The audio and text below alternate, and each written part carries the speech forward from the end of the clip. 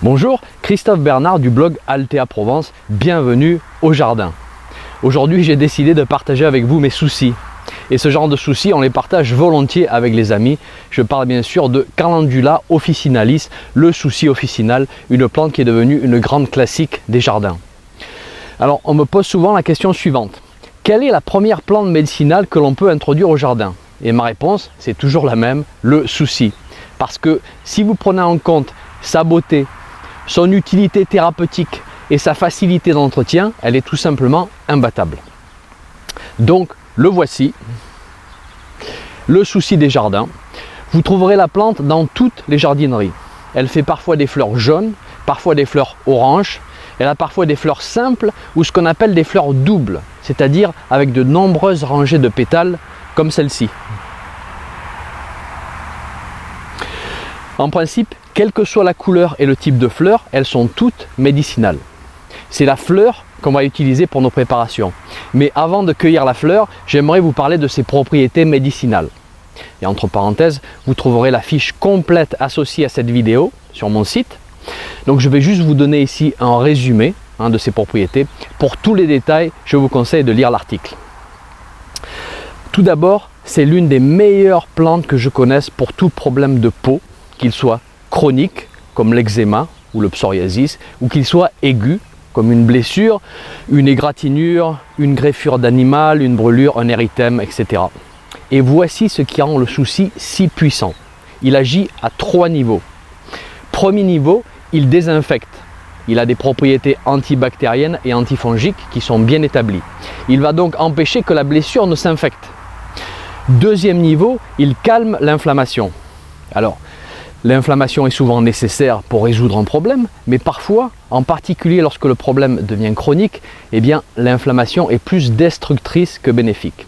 Le souci va moduler la production de médiateurs inflammatoires et va donc calmer les rougeurs, l'enflure et la douleur.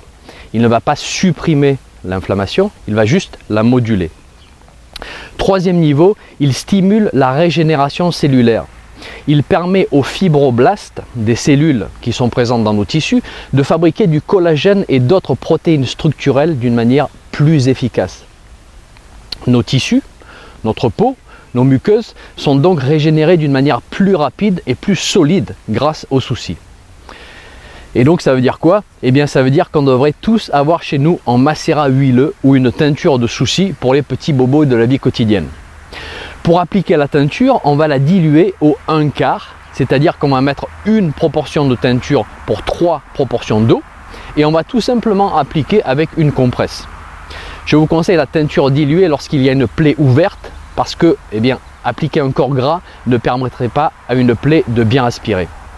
Pour tout ce qui est problème en surface, égratignures, brûlures et compagnie, on va plutôt utiliser un macérat huileux, un onguent ou une crème à base de souci. Et je vous explique comment les faire dans quelques minutes. Alors, il faut savoir que ce que je viens de vous expliquer pour la peau s'applique aussi aux problèmes de muqueuses, les muqueuses abîmées, ulcérées ou enflammées. Ça peut être les muqueuses digestives, la bouche, le pharynx, l'œsophage, l'estomac et les intestins. Et pour cela, on peut utiliser une teinture diluée de souci. Par exemple, pour une gingivite, l'inflammation des gencives, on va faire un bain de bouche avec la teinture, disons une vingtaine de gouttes de teinture dans un doigt d'eau. Pour une œsophagite, une gastrite ou un ulcère, on va plutôt utiliser une trentaine de gouttes dans un peu d'eau, 3 ou 4 fois par jour, et on va boire par petites gorgées pour soulager la brûlure ou la douleur. On peut l'utiliser aussi pour la muqueuse vaginale.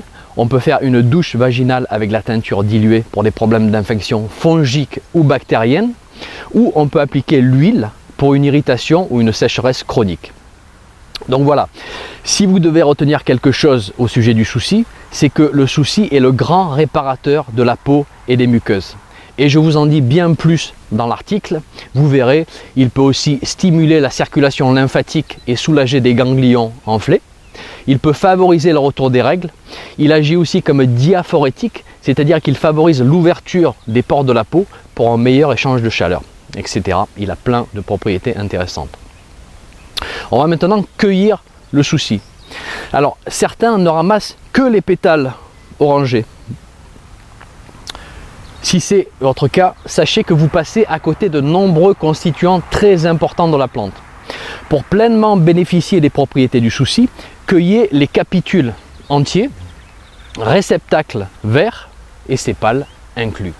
Ce réceptacle est collant, il est riche en composants de la famille des terpènes qui sont responsables d'une grande partie des propriétés du souci. Donc on va couper le capitule entier, comme ceci, et on va le faire sécher à plat sur une grille dans un endroit ombragé et bien ventilé. Il faudra en principe plusieurs jours pour le séchage, c'est normal parce que la fleur est grosse et épaisse. C'est beaucoup plus long que lorsqu'on fait sécher des feuilles par exemple ou des petites fleurs. Alors pour tester si la fleur est bien sèche, vous allez écraser le cœur de plusieurs fleurs. Vous allez l'ouvrir comme ceci. Vous allez inspecter à l'intérieur afin de vous assurer que le cœur soit bien sec. Et très souvent, vous verrez, on pense que la fleur est sèche, mais le cœur reste humide, ce qui peut entraîner une pourriture de la fleur lorsque vous la stockez. Une fois sec, gardez vos fleurs dans des sacs en papier, ou si elles sont parfaitement sèches, vous pouvez les garder dans des bocaux. Et notez bien ceci, pas de lumière, car l'exposition de la lumière leur fera perdre leur belle couleur orangée, c'est-à-dire qu'il y aura destruction des caroténoïdes, ces antioxydants protecteurs, et ça serait bien dommage parce qu'on va perdre au passage une partie des propriétés. Pour les préparations, d'abord la teinture, qui est une excellente préparation pour le souci. Si vous avez accès de l'alcool pur, c'est-à-dire à 90 ou à 96 degrés, non dénaturé, placez vos fleurs fraîches dans un bocal, tassez-les bien et puis vous les recouvrez à peine d'alcool et vous laissez macérer pendant 2 semaines. Si vous utilisez les fleurs sèches, il vous faudra de l'alcool à 65 degrés idéalement, à cause de la forte teneur en terpènes justement qui requiert une forte concentration en alcool pour l'extraction. Et faute de mieux, vous pouvez utiliser un rhum de supermarché à 55 degrés, ça fera aussi l'affaire. Ensuite, au bout de 2 semaines, vous allez filtrer la teinture et la stocker en bouteille.